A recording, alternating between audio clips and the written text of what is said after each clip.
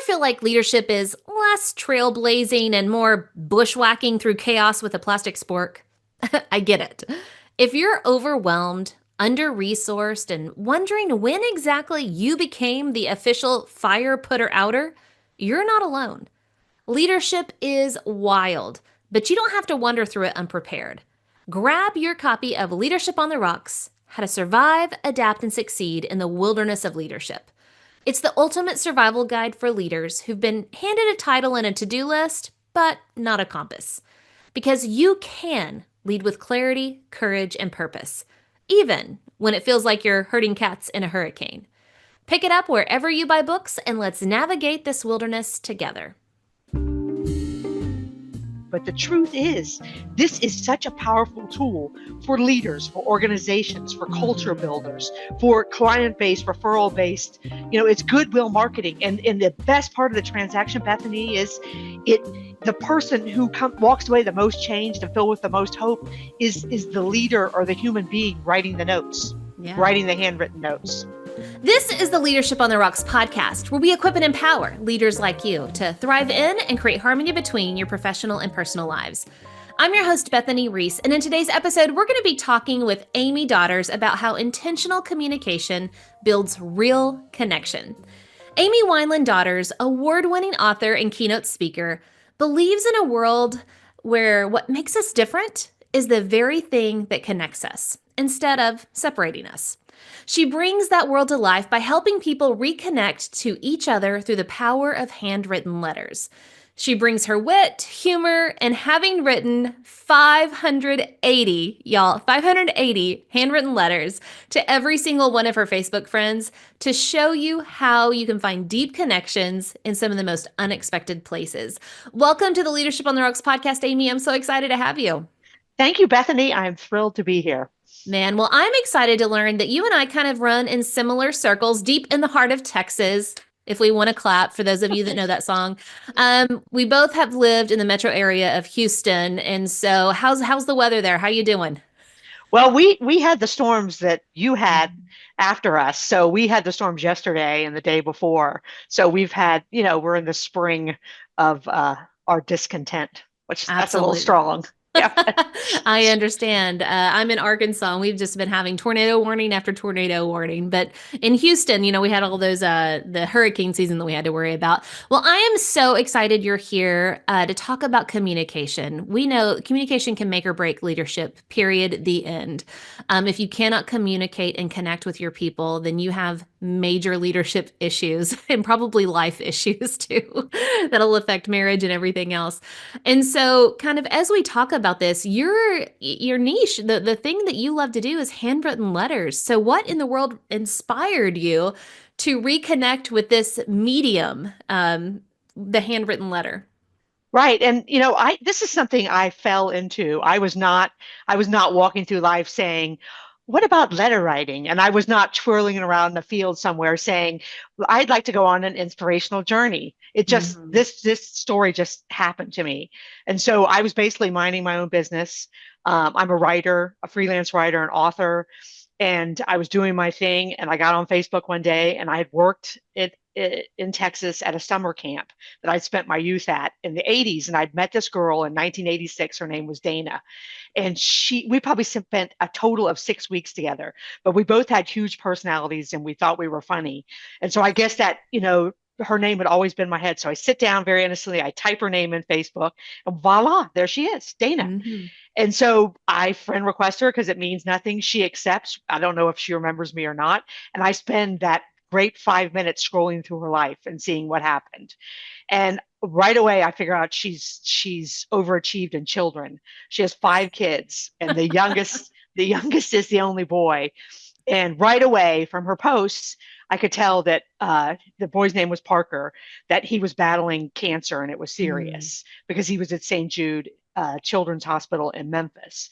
And right Mm. away, as a mom, as a person, as a human being, I was immediately, drawn into the story. And I kind of felt like I was overfeeling it a little bit. But she started asking for people to pray. And since prayer is kind of my deal. So I started praying along. So I didn't say anything. I didn't comment. Mhm. I didn't like, because I felt like that was disingenuous. Here I am, girl from Tetherball from 30 years ago. And so I start following along with their story. I become kind of invested in it. Um, and then he goes into remission. I'm like, oh, relief. So it kind of goes on the back burner. And then later that same year, the cancer comes back. They go back to Oh. St. Jude. I start, I don't know that I stop praying, but I start, that gets serious again. And then I sit down at my desk one Monday morning, and it's like a lightning bolt hit me in the head. And it wasn't like I was asking for anything, but it was like, you know what you're going to do? You're going to start writing Dana and Parker letters or notes and sending them to the Ronald McDonald House in Memphis. And I Oh. kind of thought, that's kind of crazy, but I'm going to go with it. And so I didn't have stamps. I didn't have any supplies for this project, but I was so invested. So I just started sending them these little notes. I'm supporting you. I'm praying for you. I hope you remember who I am. And so probably 10 to 12 weeks of this, I write the two of them. Of course, I don't hear anything back because she's fighting cancer with her son. And Mhm. then, complete and utter devastation. And this has nothing to do with me, but Parker passes away at 15 years Oh. old. And so I send a condolence card to the Ronald McDonald House. And then I sit down and I'm like, so what else am I supposed to do? Because I felt so called to writing the letters until we got back home. And it was like mini lightning bolt. It was like, you know what you're gonna do? Just keep writing her. It's that simple. Only now, Bethany, I had to figure out where she actually lived because this is Facebook. Well, she lives in Louisiana. And Mhm. I wasn't going to ask for her home address at this point. I mean, you can't do that. So I was like, well, I'd met her husband the summer before. I knew he was an attorney. So I just start writing her and I send the letters to his law office address because that makes a lot of sense, Mhm. you know? And the whole time, so I write her every week after that. And the whole time I'm doing it, I'm thinking, this is irrational. Like this girl has lost her son, but I could not stop myself from doing it. I was so compelled to do this that I just couldn't stop. And so about 4 months into it, if I didn't say that every week that I sat down, I didn't tell myself I was crazy, that I'm just a regular girl. That's what I did every week, but I could not stop. I think it was God. Everybody can frame it however they want to, Mhm. and so then lo and behold, 4 months into it, I lived in Ohio at the time. I go out to my mailbox and it's my birthday, and there's a 10-page letter from Dana, Wow. handwritten letter. And in it, she talks about her grief, she talks about her kids. And she said at the end of the letter, I didn't even know I was going to say any of that, but I feel better for saying it. And this kicks off 2 years of Dana and I communicating exclusively through the US mail. No texts, no phone Oh. calls. And so these letters start passing through the mail, these weekly letters. She didn't feel like we had to respond to anything specifically because you don't even know Mhm. when anyone's reading anything. It Yeah. creates this vacuum. And though I knew that she believed in God, I didn't know her specific religion. I didn't know her politics. I didn't know how she voted. I didn't know how she stood on any issue. And letter after letter, I didn't care because here was this woman who had opened up to me. I had opened to her. I had looked at my life from the outside in because the cards turned into letters.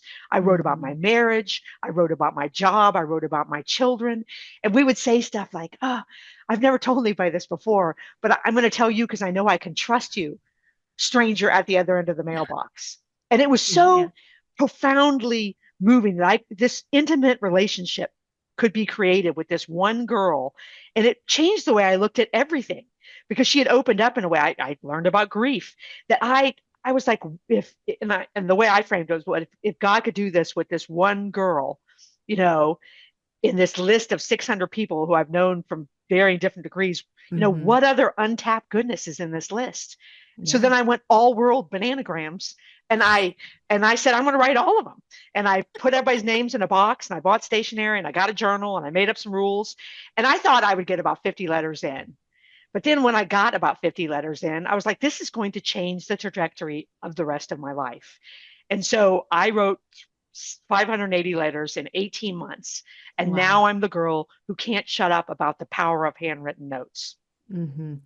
I love it so much. And thinking about that, think about how God just put Dana on your heart, and he's so good at that. There are so many people that we pass by daily that we don't look up and notice. And in leadership, the power of noticing, well, in life, not just leadership, the power of seeing people is so profound and so important. And oftentimes God will, it may be a fleeting thought, right? But we have got to pay attention and notice people and reach out, make that bid for connection. And I love the fact that you did that with a handwritten letter. I mean, those of us listening may be like, that's a little analog. Right. Writing a letter, because we say we're connected via online, email, all the things, but yet our hearts are feeling less connected than ever. And, And and so you have found a way to draw that heart in, to build that relationship through the power of the written word. And it's so beautiful. And what you just said is so important because what, what the letters did, what I did not understand about the analog letters was people were going to be seen in a way that and feel valued and seen in a way that they weren't going to feel in any other arena because they were going to realize the amount of Mhm. time it took you and effort. And then you were going to have to say something. And the things you were going to say were going to make them feel seen. And what I Yeah. realized was this is a tool we have in our human toolkits. It's applicable to any place where there's human relationships at hand. And it is a perfect tool in leadership. When I first started telling the story, when I wrote the book and started going on podcasts, and now I have a speech about it that's 3 speeches, I thought it was an inspirational story. But the truth is, this is such a powerful tool for leaders, for organizations, for culture Hmm. builders, for client based, referral based. It's goodwill marketing. And the best part of the transaction, Bethany, is it the person who walks away the most changed and filled with the most hope is the leader or the human being writing the notes, Yeah. writing the handwritten notes. If you're enjoying the Leadership on the Rocks podcast, be sure to subscribe and follow so you don't miss a single episode. Also, be sure to rate the show. We hope to earn 5 stars in serving you in leadership, and through your ratings, it'll help us get the word out about what we do here at Leadership on the Rocks. Now, back to the show. It's so, so important. And it's such intentional communication. There's such an intention about that of, I'm going to do this and I'm going to focus on the other person. And, if you think about it, whenever you have a phone and you get a text message or you see a message on any kind of social media, there's always this noise of scroll, swipe, I'll do all the things. But when you're physically holding a letter, a note, something that someone put pen to paper on, there's such an intentional, action in that, such a thought behind it, a heart behind that of saying, I took time, right? We all say we're busy. I took the time to stop and put pen to paper to say, I see you, I notice you. And think about what that does to a leadership heart or just a human heart, right? Obviously, we talk mostly about leadership on this podcast, but the empathy involved, the noticing, the connection, the lack of selfishness in that. Because so often we'll say, I'm too busy. I don't have time to do that. You have to stop and say, I'm going to stop everything else around me and focus just on this one person. It cuts through the modern noise, and I love it. No, it does, and it blows people away because and it's tactile. You're holding in your hand something that I held in my hand that was intended Mhm. just for you. And when you put it in the format of that leadership, direct manager employee relationship, they know you're busy. They see you as Mhm. the leader as being busy, and they Yeah. hold that in their hand. And it can be. It doesn't have to be 600 letters, and it doesn't have to be letters. It can be notes, and they say, this is how much I'm valued by my leader. And it could be as simple as saying, Bethany, we were in the meeting yesterday and you knocked it out of the park. Bethany, great idea. Bethany, I heard your mom is sick. We're just letting you know the team and I are thinking about you. You Yeah. know, Bethany, whatever. And you sign your name and they're like, oh my God, this is how much I matter to this organization, to this Mhm. leader. And you talk about things like employee engagement, retention, feeling appreciated and valued. It Yeah. is such a simple tool. And then literally for 15 minutes and some sincerity and a human heart, you're going to move the needle and you're going to be a better human being from doing it. Mhm. And you're going to see your workplace and the world around you, just like I saw all those people as real people after I wrote the letters. It's going to humanize everything Yes. around you. Oh, that's so good. And what a better place to lead from than seeing, valuing, and hearing people, like connecting with people. Because in leadership, you're no longer leading tasks. Yes, there are tasks to be done, but you're leading people. And that is really what leadership is. It's all about that influence. But I want to touch point on something that I heard whenever you were talking about sending Dana these letters is obviously she was spending time with her son, right? Fighting the battle with cancer. And so she did write you back, and yet you continued. And I want to speak to the people who maybe like me where affirmation is our love language, and oftentimes, we're people pleasers. We do things so that we get kudos back, and you continued to write and to encourage, and you weren't focused on yourself of I this is not about me getting something back, this is me trying to support and encourage you. And so I think that's an important note of you may not know how that's turning the heart of the person that's receiving the letter. Now, you eventually found out with the 10-page letter that you received back from Dana, but we may not. That's not the point. The point is God put you on my heart. I see you. I hear you. I value you. I'm going to spend the time writing you this note. It's not about me getting a kudos in return, of even a note saying, thank you for your note. Right. Well, and that's one of the most powerful lessons from the Dear Dana part of the story and what I call the Facebook project is because we are uh, the culture, we're kind of engineered to look for a response because we can see when Mhm. someone's read a lot of Mhm. times a text, and then we wait and we feel even more isolated when we don't hear anything back. But the way God put Dana on my heart, that helped me achieve not looking for a response there. But with the Facebook letters, it was so overwhelming the amount of number that I lost I didn't look for a response anymore because I just couldn't keep up with it. But I learned one of the biggest takeaways from that project was I probably got a 70% return, like reply rate. But those 30% I didn't hear from, what I came to learn, it didn't mean that the letters didn't make a difference to those people. It just meant that they didn't respond. So back to your point, Mhm. we don't have to receive a response to know we made a difference. Yeah. And that's a super powerful thing. And the great thing about a Mhm. handwritten note or letter, you're not asking for anything back. It's Yeah. non-intrusive. You're just giving a gift without an angle. And it's a gift that can be given at the workplace, in your personal life, but it's just a gift with no strings attached. And that's part of the power that it has. You know, we're in this Absolutely. we're in this world of artificial intelligence. This is emotional intelligence. And Oh, it highlights that. I mean, that the whole chat GPT things makes this thing even more off the chain powerful. absolutely. And in thinking about that, I want to press into the faith aspect of this. If someone is a fleeting thought, it just crosses your brain so quickly. Oftentimes, they do need you to reach out and connect. And so I ask that you press into that. If you're driving on the road, if you're, sitting in a meeting and someone is a fleeting thought, do something, write it down so that you can go back and say, I need to press into that and just check in with that person. Check ins, if you are in a leadership position, if you're a friend, if you have coworkers, if anything, if you are anywhere around people, check in with others. It's so important. And again, that's the whole process of just saying, I see you. I Right. I hear you and I value you.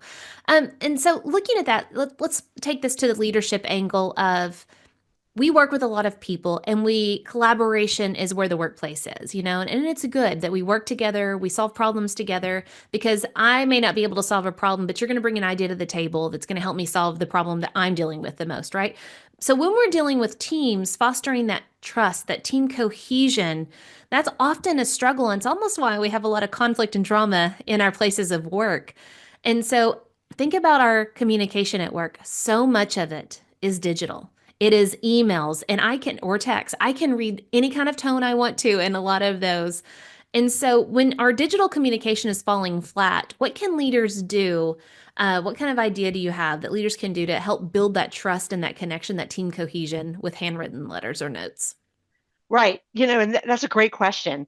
And, what I would recommend is that, you have a lunch once a month, like a handwritten lunch, and everyone gets a card and they write one sentence to someone else they work with or two sentences and then Mm, and then drop it off, where you kind of start to create a handwritten culture very intentionally by setting it up for people, setting up this is a lunch, and then it becomes like a lunch of gratification because what people are going to naturally do is thank people or recognize people for something they did, and then you talk about a team building event, and then you encourage them to sit and write the note. They pass by, they get lunch, they write the note, and then they deliver it to the person, and Hmm. that creates an entire different culture, or the beginnings of a handwritten culture, which is completely different because it is analog and it's about seeing across an organization, people being seen and valued, but with very specific, and the encouragement would be write something specific with one or two sentences to another team member or someone upwards or downwards Hmm. in your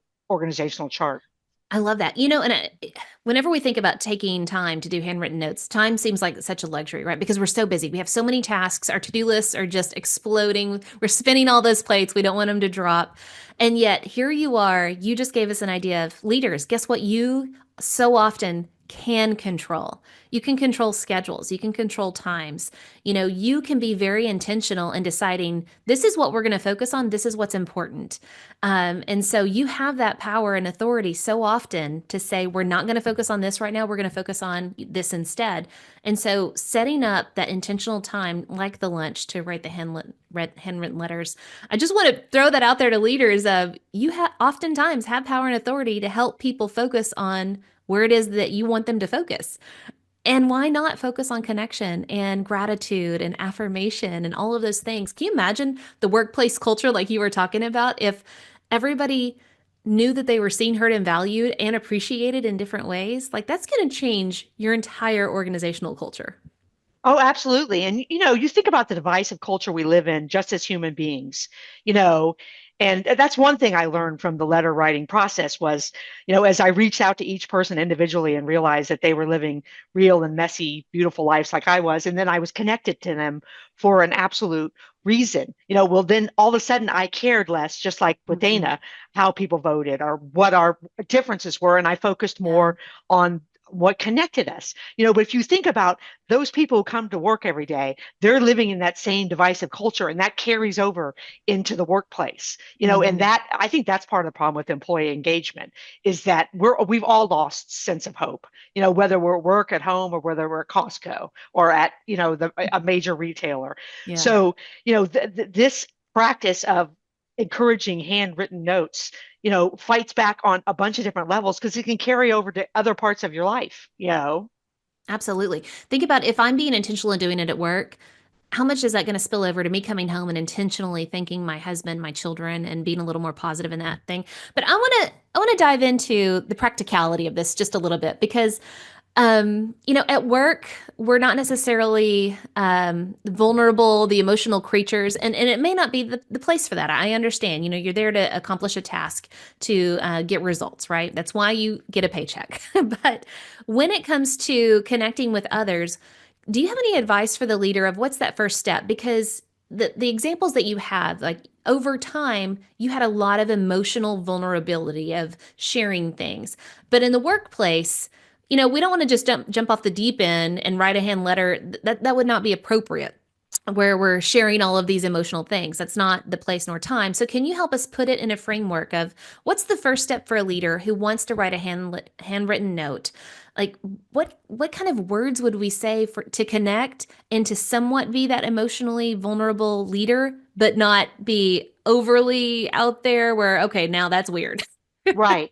And I think that's where brevity comes into play. I mean, I think and I think the problem, part of, not the problem with my story, but one of the challenges in connecting this to the workplace is one, 600 letters, that's ridiculous. Two, the word letters, we don't need to write 2 pages of words to get this Mhm. done, especially from a leadership organizational standpoint. So I think sincerity and brevity, and you can Mm, still be professional. And if you think about if you were going to send an employee or a coworker an email, a short email just to say that you appreciate it. It's the same exact wording you would use, only you're just going to handwrite it into a card. If yeah. you're going to email me and say, Amy, you did a great job in last week's meeting with so and such client. Your thoughts were well presented, and we all appreciate you. Thank you, Bethany. Perfect example. Yeah, I And love it. and you, It's very yeah, specific feedback, where it's not just a good job, because I feel like leaders do often say, good job, well done. That is not specific, and that doesn't, those words don't carry meaning. right. And the example that you just gave is so specific that it does carry meaning. And the fact that it was handwritten would elevate that. Right. And it goes back to your, you said check in, and it's the same thing a leader can do. I keep a notebook by my desk because I still write people notes every day. And all you have to do is jot down when you've seen something. Or if it's somebody 2 levels below you, if you have 1,000 people working for you, Hmm. then have eyes and ears, have other Yeah. people. And then you write it down, say, Bethany, great job at the meeting.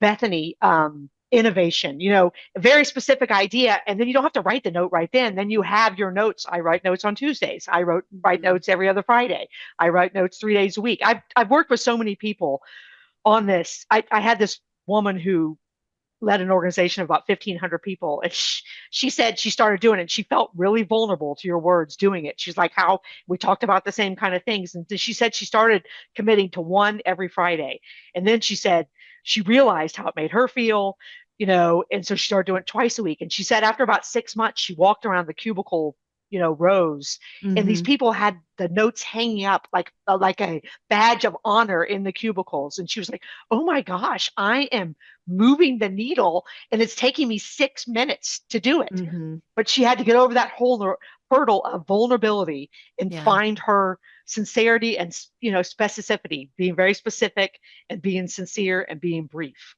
I love that. And it does become like the badge of honor. And I love you mentioned like a skip level, right? Because oftentimes we may have, 3, 5, 10 people that are our direct reports. But, the higher you go in the organization, the more people that are going to be at, I don't want to say at the bottom because actually they're the ones that are leading the organization the most probably. But, the people that are not directly reporting to you, you still need to do that skip level of I see you, I notice you, you add value here, and thank you for whatever the specific thing was. But I also want to say, so I was in education really 20 years, but after maternity leaves and all that stuff, 18 is what I can count. So 18 years, I still have letters from students. I have all of these mementos because it just makes you feel like, you know what, I serve a purpose. And I love that so much that you talked about how they have it up. And you're going to notice that. It's going to change their heart, their attitude, all because you Right. see and value and notice them. It's amazing. No, it is. And I talked to somebody who worked in a hospital organization, and he was like a, bottom level nurse, and the CEO, he had an idea and presented at a meeting, and the CEO of the hospital Mhm. group wrote him a handwritten note and said, that's a great idea. It was very short. He read it to me. That was a great idea. I can't wait to see what you do within our organization. This is just the beginning, sincerely, CEO. And so I'm talking on a podcast with this guy. Now he's like leadership coach or something. He goes out of the back of the podcast and he pulls the note out from 10 years ago from his nightstand. He still Yeah. has it because that's how much it meant. Because that Mhm. guy took the effort to sit down, get a piece of paper, an envelope, write his thoughts down, sign his Mhm. name, and have it delivered in such a tactile, non intrusive. I think the only thing better for recognition is probably financial, the only thing that can touch it. And that's just my experience in talking Yeah. over and over and over and over again about it. Man, it's so beautiful. So, as we kind of come to a close of this, of thinking about number one, handwritten letters, it's the most intentional kind of communication you can probably have. But it also builds real connection. Can you just help us? What are some key takeaways to see how intentional writing of notes, letters, intentional communication, handwritten communication is going to build that real connection? Right. And it's about the amount of effort. They're going to immediately connect in a human way to the amount of effort it took on your part. They see you as a busy leader. They understand, they watch you. But when they have that in their hands, they're going to realize that you sat down and you took the time and you did something that is not done in normal life. You took the time to do something special just for them. And that's how valued, seen, and that's how much they mean to you and the organization. It's so beautiful. All right, so now we've talked about how impactful that is, but let's talk about the opposite. What is one poor decision you would warn our leaders to avoid when it comes to communication? Like something you've seen leaders do and you're like, don't do that. Come on, man, you're better than that. Right. Well, I'd say don't say too much. Don't say Okay. too much. And though I think, and I also think, don't get overly personal. I do Mhm. think, and I've talked to a lot of leaders about, if there's a death in the family, it is very meaningful. Just a short note that says, and now I'm talking to the personal component of this, saying the team and I are thinking of you. We're sorry you lost your mother. But there's really Yeah. no reason to go beyond that because you don't want to be misconstrued Hmm. in handwriting. And I think that's why Yeah. brevity is probably the best way forward. And I think you trust your sincerity and your humanness, but then keep it brief. Yeah, I love that. That's such great advice. Keep it brief because I can talk and often overshare. And then not only my husband, but my kids are like, Mom, stop it. That's too much. And my kids are always like, elevator pitch, Mom. You Yeah. forgot about the elevator pitch. Oh, I love it. So, Amy, where can our listeners go to learn more about you, your work? Where can they go get the book, Dear Dana? amydaughters.com has all the information. You can get the book on Amazon, but you can connect with me via my website, via email. My mailing address is on there. If you want to write me a letter, I'll write you Wonderful. back. But I love to collaborate with people. I love to hear people's stories about note writing. I'd love to, give further tips if anybody wants to connect with me. Because the truth is, I'm an author, I'm a speaker, I'm a small businesswoman, but I've got this incredible message that God gave me, and I just want to share it with as many people and discuss it with as many people as I can. So that's my entire intention. Man, thank you so much. Thank you so much for bringing us back to the heart of what matters, connecting with people in a very real way of doing that through the handwritten word. I appreciate it so much. As so many podcasts are going to go cutting edge, and let's stay on the cutting edge of everything that's happening, newest strategy. There's tried and true things in leadership that really make a difference, and the handwritten word is one of them. And I thank you. Thank you for being, faithful in delivering that message and reminding us leaders and everyone else that what really matters, connecting with others. Well, thank you. All right. Guys, until next time, continue putting in the work of building your life and leadership on the rocks, the essential rocks. God bless.